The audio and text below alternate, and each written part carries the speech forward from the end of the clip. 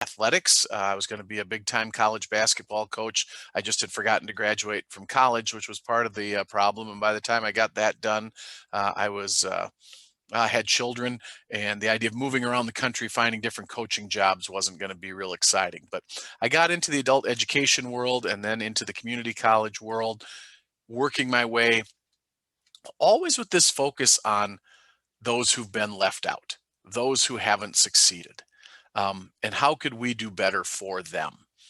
And for me, the central issue has always been this idea of poverty.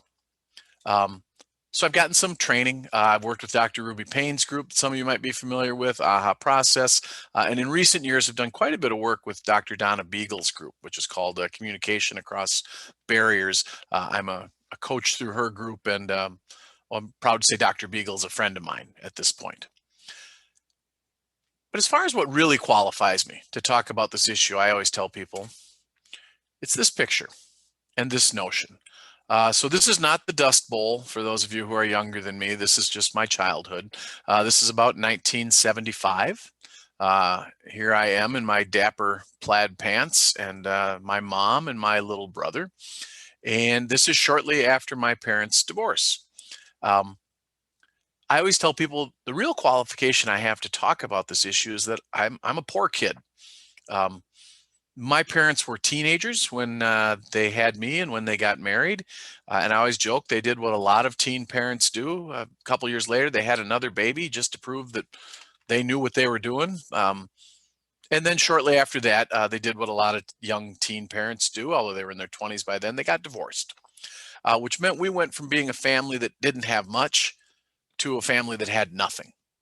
Uh, this picture was taken at the house my mom rented when I was in kindergarten. It was $50 a month, and the reason it was so cheap, even in 1975, was that the landlord said, well, there's really not indoor plumbing. So you're going to have to choose. At $50 a month, you get a shower or you get a toilet, but I can't give you both. I always tell people my mom liked to bathe, so she had a shower put into our basement. And I'm one of the last people that lived full time with an outhouse for 2 years of his life. And it's informed kind of who I am. We went through difficult times, and it shapes. I'm 50 years old. It still shapes the way I think. I'm going to talk today about the way it shapes the way I lead, the way I see the world. And I used to think in negative ways. Now I just think in different ways, that there's value in those lived experiences. Last thing about this picture, I always get a little misty looking at it. We lost my mom about 4.5 years ago. But even though the picture's faded, if you look, mom's happy, right? And one of the things I want you to know today is that poverty is difficult, poverty is challenging, but it's not such a tragedy that the people in it are broken, right? These were good memories. We had government cheese and we had food stamps, and mom was trying to figure out what to do next. But this was a nice day. Which leads me to, I'm a teacher by training, so I always start out my teaching by telling you, here's what I want you to learn today. If you don't remember anything else, if you say this came too close to lunch and I'm a little burnt out today, please remember, I went to see this Chad Dull guy speak, and they say, what did you get? Well, he said over and over again that poverty is a circumstance, that poverty is a context. Poverty is not a character flaw. Now, I'm going to guess in a room like this, there's a number of you saying, well, of course it's not. But it's important that you know, as a society, we really think it is. If we had more time today, I'd give you the whole history of it, where it starts back in England in the 1500s, where we made up this idea of sturdy beggars, that we shouldn't give support to sturdy beggars, the undeserving poor, people who could take care of themselves. Which means we started to think that if you were in poverty, if you were struggling, there must be something wrong with you. It's pretty powerful stuff, right? We do it all the time. We tend to take people who are doing well financially and assign virtue to that. Even though we know most really wealthy people, their wealth is inherited wealth. So please remember that poverty is just a circumstance. And if you're not sure about that, if that's kind of bubbling around in your head, I want you to go back to Ethan and Chad and tell me what their character flaw was, right? It was just a circumstance they lived in. You know, if you wanted to judge her choices, maybe you could. I don't, but you could. But these two guys, they hadn't done anything, right? It was just the circumstance they lived in. So that's an important thing to remember, especially in the kind of work many of you do. We are a country, the research shows it, that blames poor people for being poor. And because we do that, they tend to blame themselves, right? It's in the narrative. And if we don't work hard to push back on that, we treat them differently. Some of you have the same lived experience I do. You've been a person, and I don't always use politically correct language. I like the word poor. Sometimes we soften the language, so we don't want to say, but the word is poor. We were poor. And when you're a poor person and you come into a place that's supposed to help you, but you can feel the judgment, it's hard to be there. So if things are simply circumstances, let's talk a little bit about choices, right? There's this thing that we like to talk about called ethics. And ethics are, you know, what's right and what's wrong. And we think we have a generally agreed on set of those. I'm going to challenge you today to think about that your ethics are a little situational, that making I'll give you the air quotes, the right choice is really easy when you have what you need, right? And I'll give you two quick examples and then a longer story that's a little bit personal. I'm not sure if there's a Challenge Academy in Missouri, so I'll tell you about the Challenge Academy that's in my neighborhood. I live in Wisconsin, right across from Minnesota. The Challenge Academy is run by the National Guard. That's why N and G are capitalized. And they work with at-risk youth in a kind of paramilitary environment to help them get their high school credentials, set up a mentoring relationship, and kind of reboot their lives in some ways. So they serve some pretty at-risk young people. I got pretty close when I first started working with the Challenge Academy with Colonel McLaren, who was the commandant there. And you know, you can make any assumptions you want. I always tell people my politics aren't hard to figure out. They're also kind of irrelevant. But you can assume that Colonel McLaren, career military officer, and I probably didn't always vote for the same people. But we were right in line with each other at the Challenge Academy. When he would take in these young people, the first 2 weeks is kind of a boot camp. And one of the things they do at Challenge is they feed these kids, right? There's 3 meals a day. There's all the food you could want. And yet students would steal food. It's a violation of their honor code. By rule, you get kicked out. Colonel McLaren never kicked anybody out in the first 2 weeks. He said, Chad, if you came from an environment where food was scarce and now there's plenty, aren't you just hardwired to try to tuck some away? Aren't you hardwired to try to, in another situation, we'd call that planning, right? So again, stealing is wrong, right? Well, let's see. For my musical theater fans, if you're familiar with Les Mis, I won't go as long on that, but you know that the protagonist in Les Mis goes to prison for stealing food to feed his nephew who was starving. If you loved someone and they didn't have what they needed, and the only way you could come up with to get it for them was to take it, what would you do? Again, our circumstance affects our choices. And the last one is a story about this guy over here. So you might recognize me. This is me on my 40th birthday with my look that my kids call duh. I was staring into the sun, so I don't, you know, it's not the reason I picked the picture. And this is my dad. And on my 40th birthday, we went and hiked a mountain in Colorado. But I told you my parents split up when I was young. I was lucky to have both of them in my life. I always have.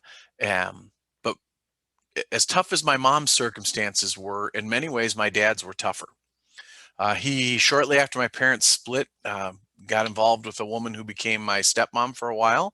She had 2 children of her own, and they would later on have 2 more together, my sisters. And Dad was having trouble figuring out what a career could be. He taught daycare for a while. He worked on the railroad. Sometimes he didn't work. Sometimes he picked apples. And as his group grew larger and more complicated, we moved into like rental houses way out in the country and didn't have much. I was there on weekends. I was there in the summers, so it was, it's different for a divorced kid. But I knew we didn't have much. I knew my stepbrothers would wear the same pair of boots multiple winters in a row, and it was kind of desperate. So in 1978, my dad came up with a solution. I didn't know this, but I knew that when we went to visit in the summer of '78, my stepbrothers and we didn't sleep in our bedroom anymore. We slept downstairs. We put our bunk beds at flat and went in the living room. It was kind of cool. It was like we were camping out. Now, for those of you that are guessing ahead in the story, what was upstairs in the house was where we dried the plants. My dad had figured out a solution to our poverty. He knew how to grow marijuana.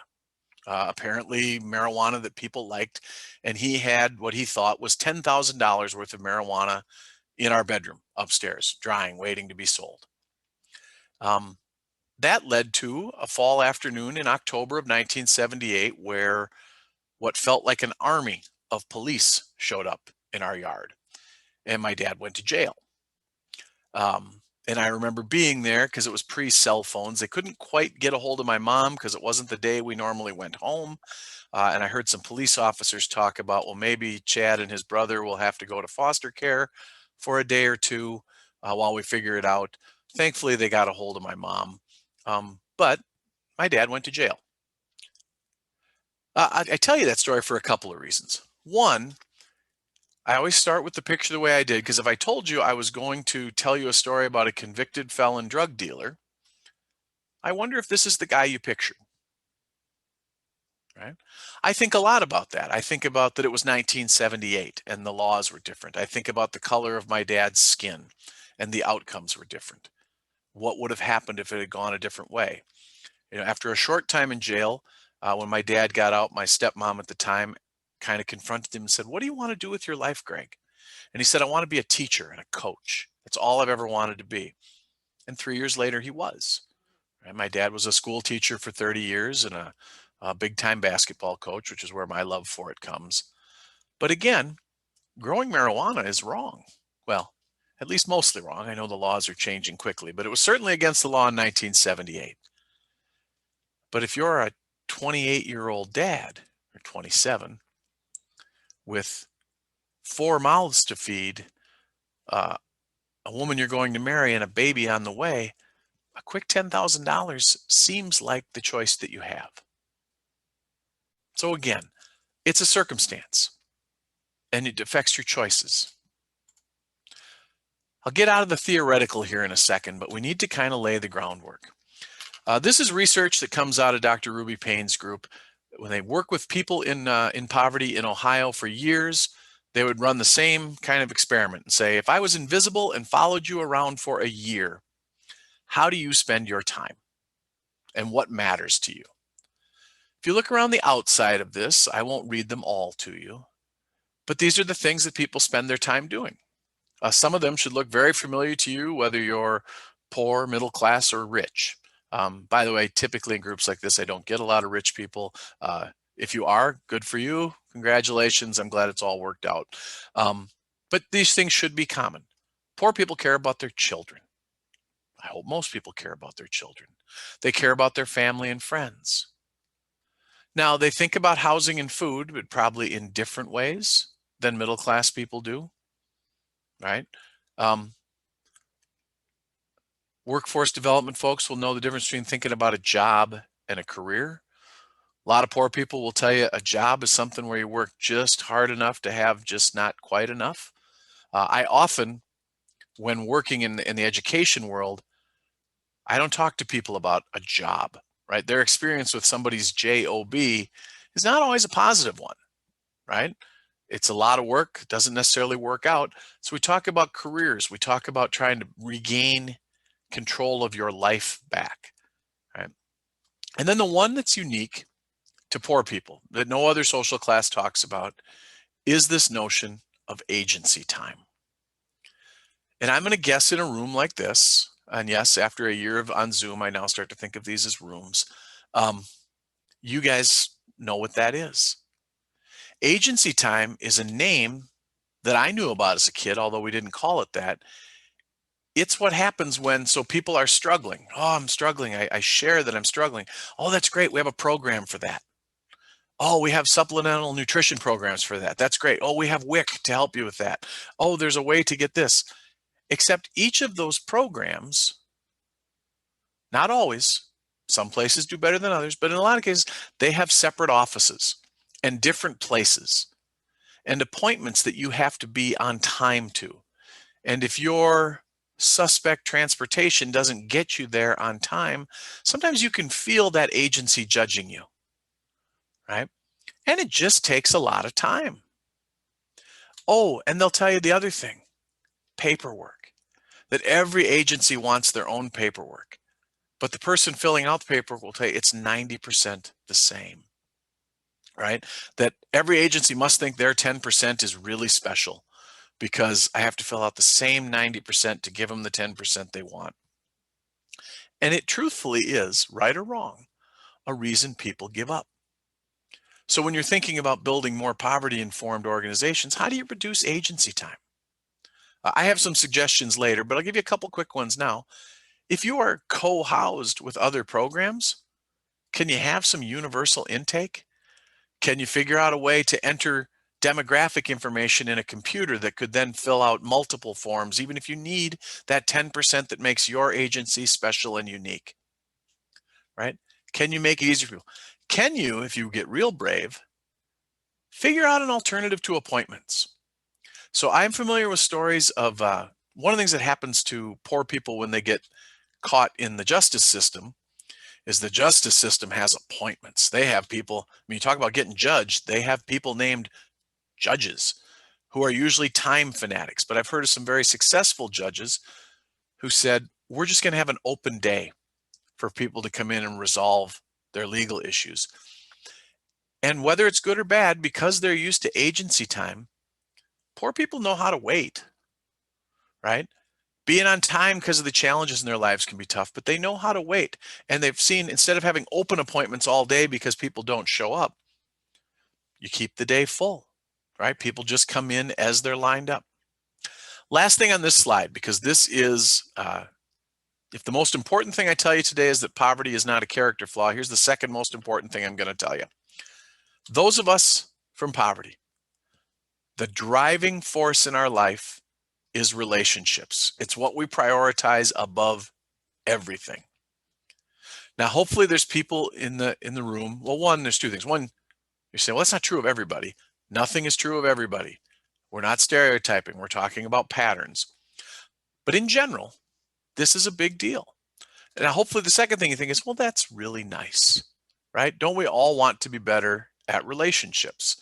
I always joke, middle-class people, will take time to have a class on relationships because they're so stressed out.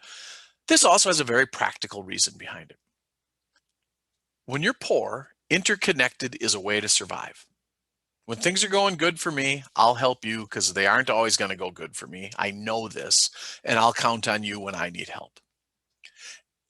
And in repeated, it leads to me making choices based on that. And the takeaway is that you got to realize your agency, the place you work, almost for sure is set up on middle-class norms. And if I made this circle for middle-class people, the word is not relationships in the middle. I think the word, sometimes I see it as achievement. I think of it as goals. There's nothing middle-class people love talking about more than goals. Short-term goals, long-term goals, excuse me, the dreaded SMART goals, right? We're pretty sure, and I say we on purpose, I'm kind of bilingual at this point between poverty and middle class, that goals solve everything. I'm not against goals. Goals have helped me navigate my life. I'm just telling you, if you lead with your goals and you haven't done some relationship work, the people you serve won't hear you. They just can't hear you. Why would I care what you know till I know that you care? So I would recommend for those of you in the intake world, put a little time in that conversation for who are you? What have you done? What's important to you? I would also recommend, as you think about leading in a poverty-informed way, if you have a reception desk, that person's the most important person in your office. And if they have background like the clients you serve, get them up there.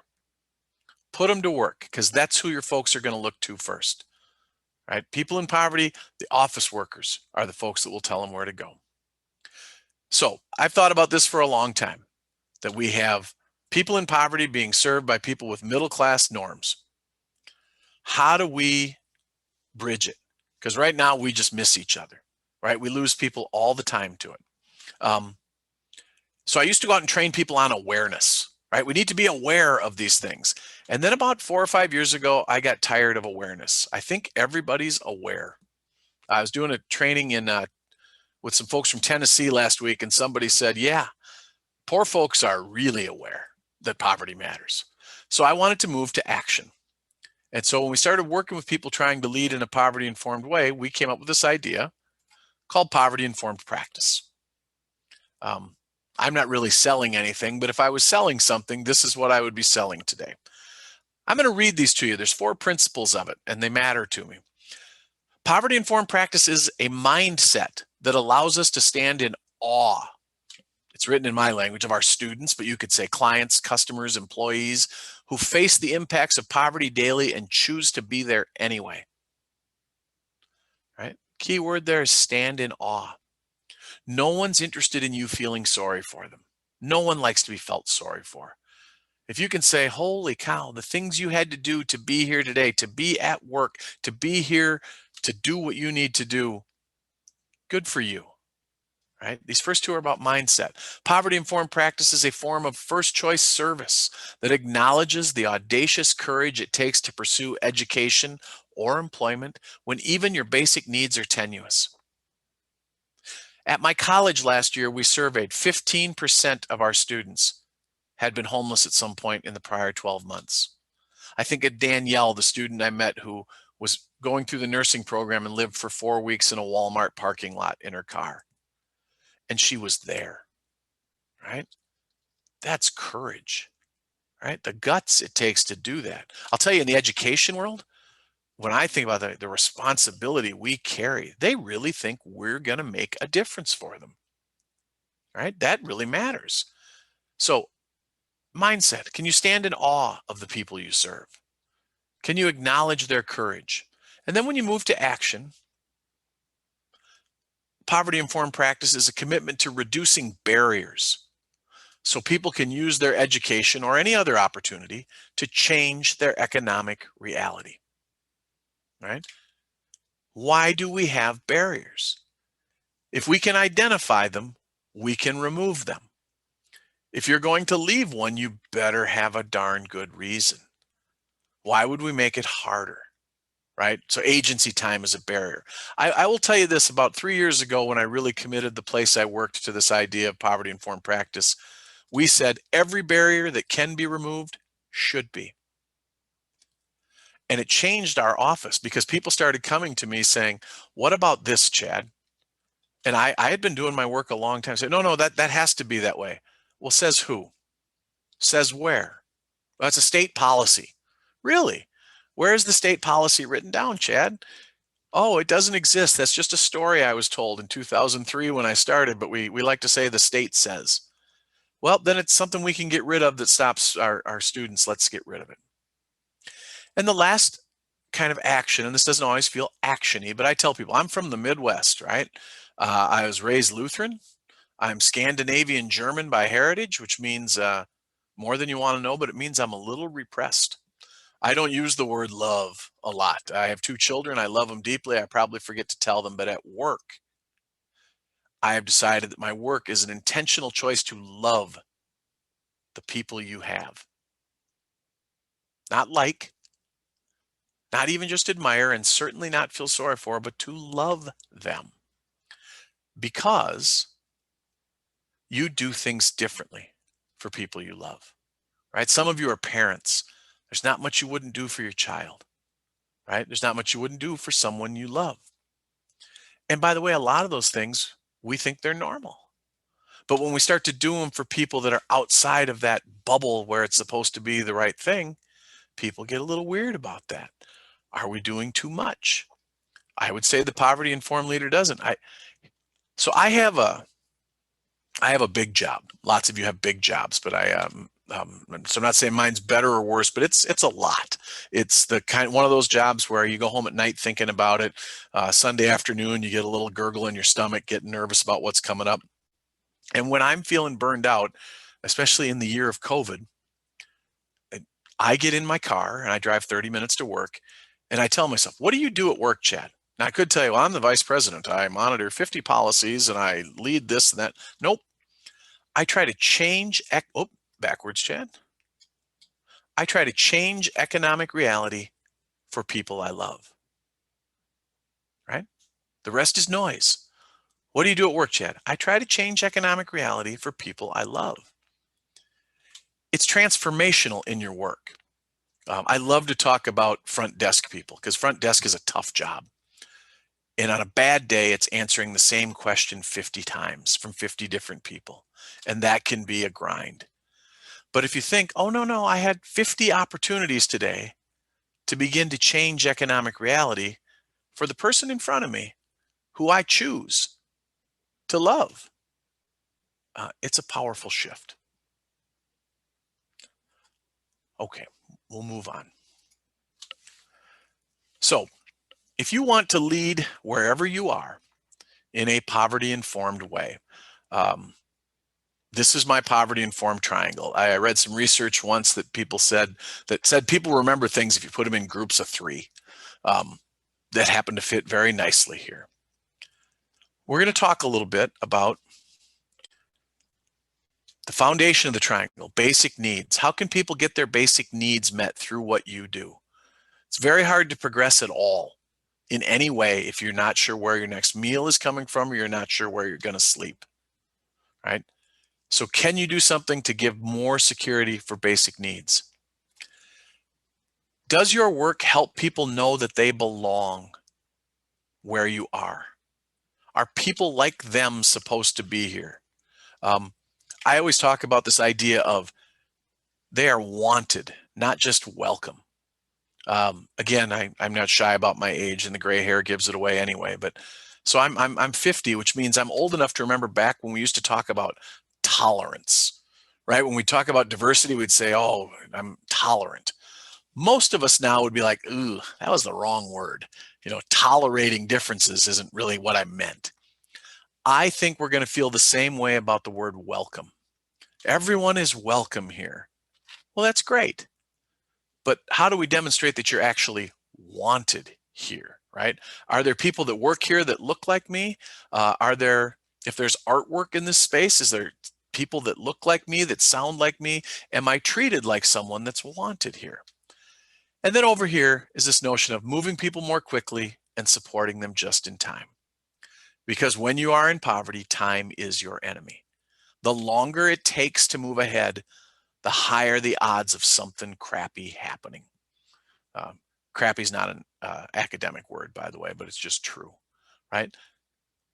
If I make you wait, so it's one of the biggest, I'm in higher education, right? One of our biggest flaws is, come on in, give us 2 years and we'll change your life. Well, 2 years is eternity. If somebody's got it, great, but can we build it in steps? Can we get them somewhere where they get a little win, where they get a little more stability? Can we give them help just at the moment they need it? And not that this career is for everyone, but if you came to my college, I remind everyone to listen. We teach truck driving at my school. 8 weeks to the middle class, right? Not everybody wants to drive a truck the rest of their life, but you want to get to the middle class, I can get you there in 8 weeks. $70,000 a year to start driving a truck. Some of us in the room didn't make $70,000 for a long time. Some of us in the room still aren't making $70,000. Not that life's all about money, but it's a wonderful example of, can I get you there, right? And I would encourage you, do we treat that career with respect? So basic needs, wanted, not just welcome, and get them moving. That's your poverty-informed triangle. When you build whatever you build, you can think about, Does this make people more stable? Does it make them feel welcome? And does it support them when they need it and get them to somewhere that helps them progress? They all feed into each other. I'll tell you what, if I came into wherever you work, I'm a person who's struggling, and I can get a bag of diapers, right? Maybe a little cash to pay my electric bill, and you appear to like me. I'm on a much better track, right? I'm now moved into the center of your circle. We have a relationship. I'll work with you. Now you got to prove it to me. Can you get me somewhere? Can you get me in a job training program that moves me along? Can you get me out of that place where just a job to work really hard to have not quite enough? Right? It's a tough sell. I tell you, I used to do that adult ed thing for a long time, and this old-fashioned, there's honor in working at McDonald's.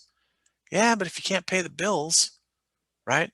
And then we wonder about the other choices people make. I don't want to work at McDonald's, right? I certainly don't want to work at McDonald's to not have enough money to have a life. So, can we get people on a pathway that they can see? So, I'm going to tell you a few stories about how this looks in operation to me. And I'm, by the way, I'm willing to come and do longer talks wherever you want. Or Alice mentioned, I do some very amateur podcasting. You're welcome to listen to those too. But I do stories. Stories are what I remember. And so this is a story about a program called Youth Build. Youth Build, for some of you might be familiar with it, was a program for at-risk youth. A lot of my career has been around at-risk youth who learn building trades, complete high school, and transition to college. It's a federal grant. It was a wonderful program at my last college, and the people that ran it were wonderful, and they did what wonderful teachers and case managers do. When they had a good week, they had a party. And when you have a party with young people, you have pizza.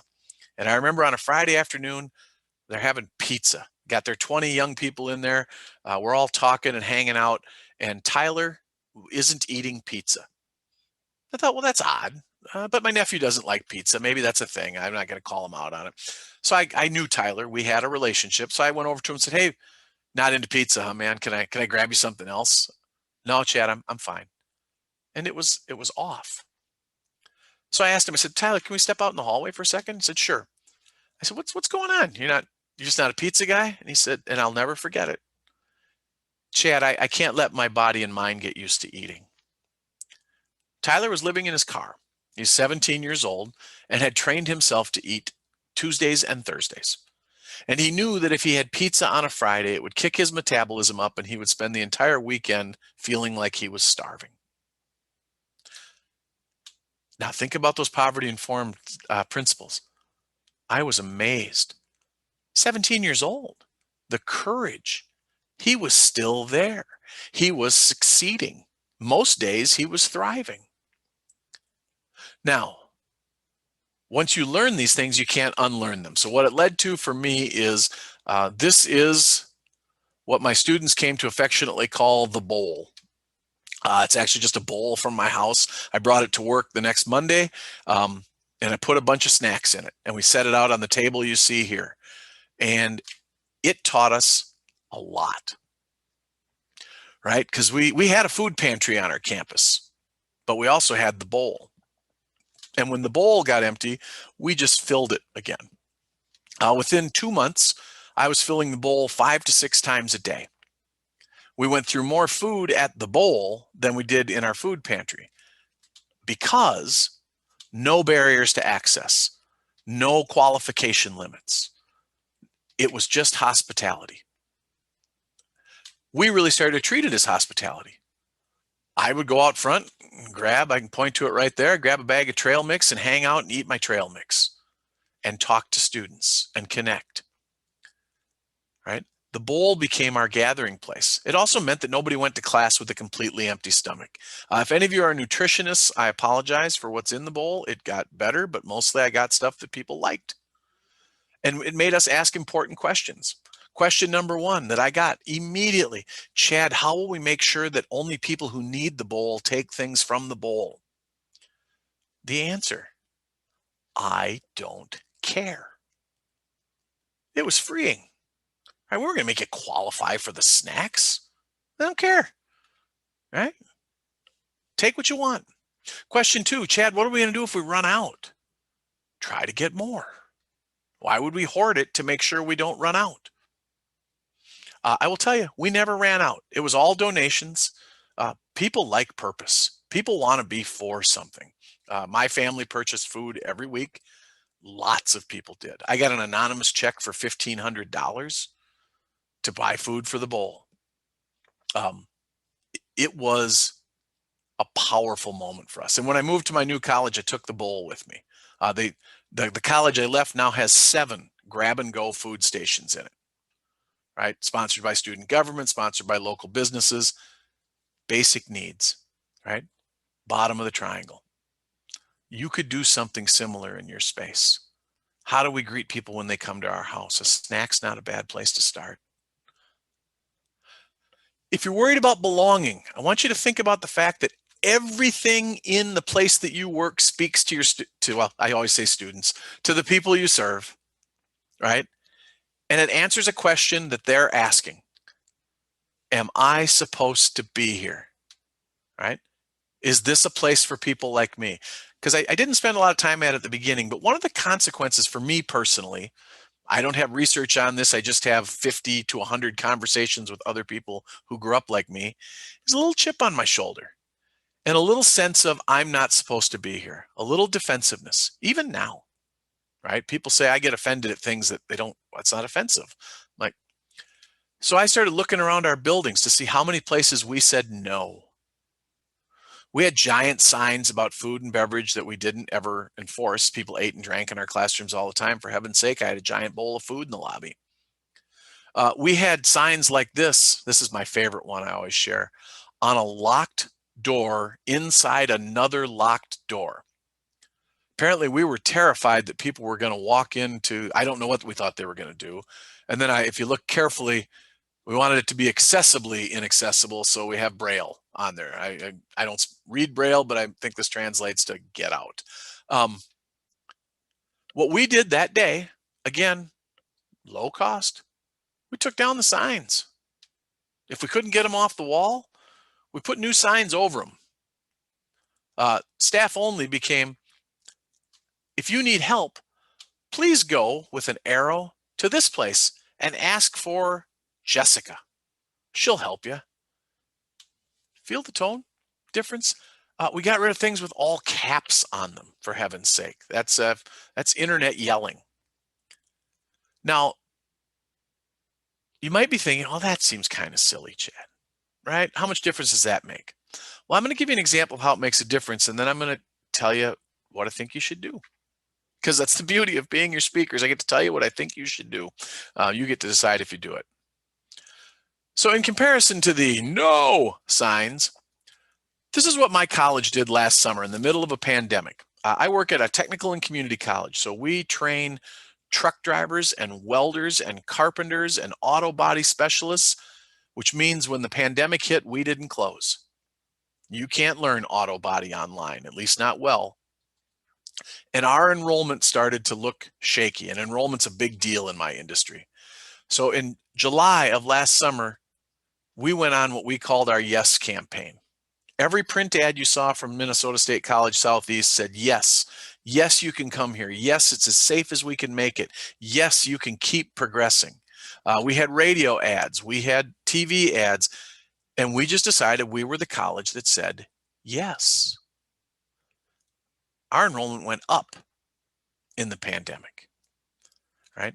What you're talking about here, and what I would encourage you to go back and do, if you're looking for things you could do tomorrow, do a no audit where you work. Figure out all the places you say no. Figure out how many places that could go away. Where could you give information on what to do instead of what not to do? Where could you say yes? Where could you say, I'm not sure, but let's figure it out? The no audit is a very powerful exercise, and as soon as you start seeing it in your documents, in your buildings, in your practices, you won't be able to unsee no. So, if you buy this today, right? If you know that if you take someone from generational poverty and drop them into college, they have about an 11% chance of succeeding if we don't do something different. and you say, I want to be a poverty-informed leader, not just because it's nice, but because it brings new people to the party. Because the employers that I serve, none of them are telling me I have all the people I need. Chad, there's plenty of skilled technicians. We're fine. If we want to have equity and we want to be a poverty-informed organization, here's some things you could do. And they're not hard. Well, I shouldn't say that. They're not complicated, but sometimes they're hard. First, you have to believe in proximity to the people you serve. If you don't know your clients, if I don't know my students, then it's theoretical. So this is my former student and current friend, Sarah. Sarah grew up somewhere far outside Moorhead, Kentucky, in conditions that are tougher than any I would ever understand. And when she was a student of mine in Wisconsin, I asked her to do a video interview with me a couple of years ago, and this is the day we did that. And I want you to notice something. We knew each other, but just as the dean at the time and a student. So on that day, we're taking a fairly formal photo, and Sarah's dressed up for the day and spent some time on her hair, and we got pretty connected that day. 3 months later, this is Sarah hanging out in my office. You can feel the difference in the relationship. Now, my kids would say, you can't see any difference with you, Dad, because you're just wearing dad gear. Yes, my clothes were the same, but this is the real Sarah with her glasses on, which should have been her safety glasses because she was in the construction program at the time. And we have remained friends to that day. Oh, I thought I heard something. Anyway, it's important for me to know Sarah. It's important for me to know the students at my college because they're going to tell me when the things I think make sense don't. It's a very dangerous thing. We start to make processes for our business, for our agency, for us. And if we don't have people actively involved with us, we'll make mistakes. So a poverty-informed organization makes sure that there are very few people, if any, that don't have interaction with the people you serve. If you're poverty informed, you're going to tell the truth. This is in education, but it applies everywhere. I love a basic needs statement. As a history professor, so he has lots of words, but what it really comes down to is if you're struggling with the basic needs, let me know. Does two things. One, we might be able to help, right? We've built a lot of resources where I work, and if you don't tell us, we can't help. But more importantly than that, when you're the person in that room who doesn't have what you need, a lot of times you're pretty sure you're the only one. If somebody important, like a teacher, like the person on the other side of the desk that's helping you, tells you, oh yeah, if you're struggling with this, let me know. You just made it a real thing. You just made it something that happens to other people, and now I'm not alone. Be truthful. Right? I told you, admire the courage, be in awe of the people you serve, but don't lie to them, right? We know if you can't eat and you can't sleep, it's going to be a struggle. When you go down this road, by the way, you will find you will do what it takes. This is one of my favorite pictures from my current job. I told you I have a thing about front desk people. This is Rita, who sits at the front desk at our student services area. We're a little college, so when you walk in, Rita's who you see. She's the face of our organization. On this day, these children came in with their mom.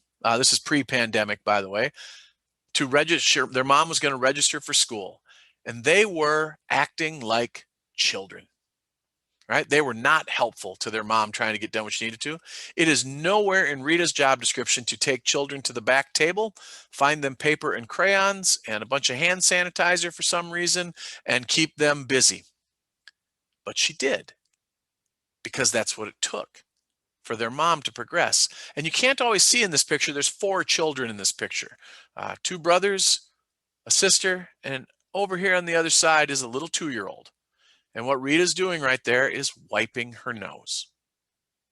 Again, not anywhere in her job description, but it's what needed to happen. And what you can't see in this picture is that Rita, the face of our organization, isn't at her desk. So Cindy, who sits in the back office, got up out of her desk and went and sat at the front desk so that Rita could do this. Because their mom was trying to make progress. They were nice kids, by the way. They were just kids. She was going to have a hard time doing it, and I've seen people do it. Right? What do we do when our kids are when they're misbehaving or acting up or they're embarrassing us? Sometimes we grab them and we leave, and we didn't know if she'd ever come back. She got registered that day. If you're interested in being a poverty-informed organization, simplify things. Do your no audit. Look at your paperwork. Make sure it's in words that make sense to people. Everybody's got their jargon. Try to ditch the jargon. So I'll give you an example from my world. If you come to my college and you want to find out about the schedule or if your courses count, we will send you to talk to the registrar. No one knows what a registrar is. I've been in higher ed for 20 years. I've known 5 registrars. I really don't know what the word means, right? And this is my industry. So our solution has been, go ask Holly, right? We want to make it relationship based. I have questions about how these courses transfer. Great. I'll get you an appointment with Holly. And then you meet with Holly. Doesn't matter what her title is, right? But take a look. I guarantee you use words that only make sense to you in your business, and they're barriers. Every barrier that can be removed should be removed. And I would ask you that if you see something, unlike the airport where we say something, transition to seeing something and doing something. Don't do anything that's going to get you in trouble. Don't do something that's illegal, but do things that can help. And the picture is just a quick example. Where I used to work was a downtown campus, and the campus had a number of individuals who were homeless living nearby. There was a park, and it always troubled me, and I didn't know what to do until I talked to a homeless advocate. I said, "What can I do, Mark?" He said, "Give them socks." I said, "What?" He said, "Oh, fresh socks are a big deal if you're living on the street." So I packed about 50 bags with socks. And then, because like I said, I'm Midwestern and I'm obsessed with basic needs, I put some granola bars into, and later on some sodas, and went out to introduce myself and to ask, what else do you need? How else can I help? And I remember the day, because his name is Brandon. Brandon Newsom is his name. I came around the corner, and in front of a church in our neighborhood, this guy was sleeping, very friendly guy. And I'm in education, so I said, "Brandon, have you ever thought about going to school? You ever thought about going to college?" And he said, "Oh, I do go to college." I said, "Well, that's great. Where do you go?" "The one just down the street." I'm like, "Oh, well, that's my college." Yeah, the one I work at. And then I said, what are you studying?" "Well, I want to be a paralegal, but right now I'm taking remedial classes." And then I knew right then that we knew each other. He was a student in my department, right? So if you see these things, try to do something. Be willing to accept the pain of when you can't. Hardest thing for me is housing. When I meet those 15% of students that are homeless, I don't have all those housing resources, but I will look hard. I'm not a social worker, but I know a bunch of them, right? I'm willing to do what I can. I'm willing to hear the story. So as our hour has gone quickly by, I'm going to leave you with 4 things that I'm asking you to do. Right? We talked about the things we should remember learning, that poverty is a circumstance, that it's a relationship-based world. But here's what I'm asking you to do, because I'm tired of awareness. Right? You hear that all the time, that we're raising money for such and such awareness. Now, this one people know. People are aware that poverty is an issue. So after today, I would like you, number 1, to default to action, default to helping. Right? If you see something and you can do something, do it. Right? You're not going to break anything. Right? It really, again, and people, sometimes I make people a little uncomfortable, and we'll talk about that in a second. Don't get yourself in trouble. Even when I went out to meet the individuals that were homeless in my area, my friend Mark said, "Don't walk down an alley by yourself to meet with a group of people you don't know, but go with a friend in the park, find out some things." Sure. Number 2, I want you to go back and I want you to look for your own bias. And you've got them. You don't always know it, As a matter of fact, you probably, I don't like this term common sense, and people use it all the time. I don't. If somebody says something's just common sense, usually that means that my group has decided we all know this, and people who don't know it aren't quite as smart as we are. Like, we have common sense and they don't. If someone says to you that something's just common sense, I would encourage you to say, common to whom? Right? Which group is this? Because mostly it's kind of a hidden rule, right? And people, when you break their hidden rule, they tend to not treat you as well. When you go back to work, a poverty-informed person seeks to connect. They seek to build relationships, and they create solutions. That's that yes piece, right? I have decided after a long adult time in the workforce that criticism is the lowest form of participation. Getting together in groups and describing what they are doing wrong is too easy. I'm kind of done criticizing them and what they should do, right? Within my sphere of influence, I'm going to create solutions. My best employees come to me with problems and an idea. And because we believe in number one, let's try it. Let's try it. Failure's not fatal. But boy, I'm sure no one here has ever done this, but gathering in small groups and complaining about whoever is worth complaining about is really easy to do. It also just doesn't get you anywhere. And last, if I've got you at all today, and I hope I have you, get comfortable with your discomfort. Your discomfort will make you move, right? As we come out the other side of this pandemic, and I hope we are, my biggest fear is we're going to retreat back to our little safe bubble, right? You need to look outward and see the people that are struggling and let yourself be uncomfortable with that. Let it be not okay. Now, I don't mean, I'm not telling you to put on sackcloth and go be miserable 24 hours a day, but I'm telling you to have some comfort with that discomfort. If you find these things out, if you know these things, you shouldn't be okay with them. That's what keeps you in action. That's what keeps you in helping.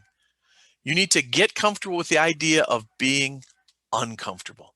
If you're not uncomfortable, you're not close enough to the people you're serving, at least in my opinion. So I'm going to stop there. And I know I saw in the chat early on, they shared a little bit about where you can find me. Again, I have a day job. So I'm not here today to sell anything to the good folks of Maude, other than I sincerely believe we have a chance to really change the world doing this work. If you want to connect with me and have the conversation, challenge the conversation, enhance the conversation, if you're a Twitter person, there I am. There's a Facebook page. LinkedIn is probably the place I'm the most active. You can certainly, I accept connections. If I see a bunch of connections from Missouri pop up, I'll be excited to do that.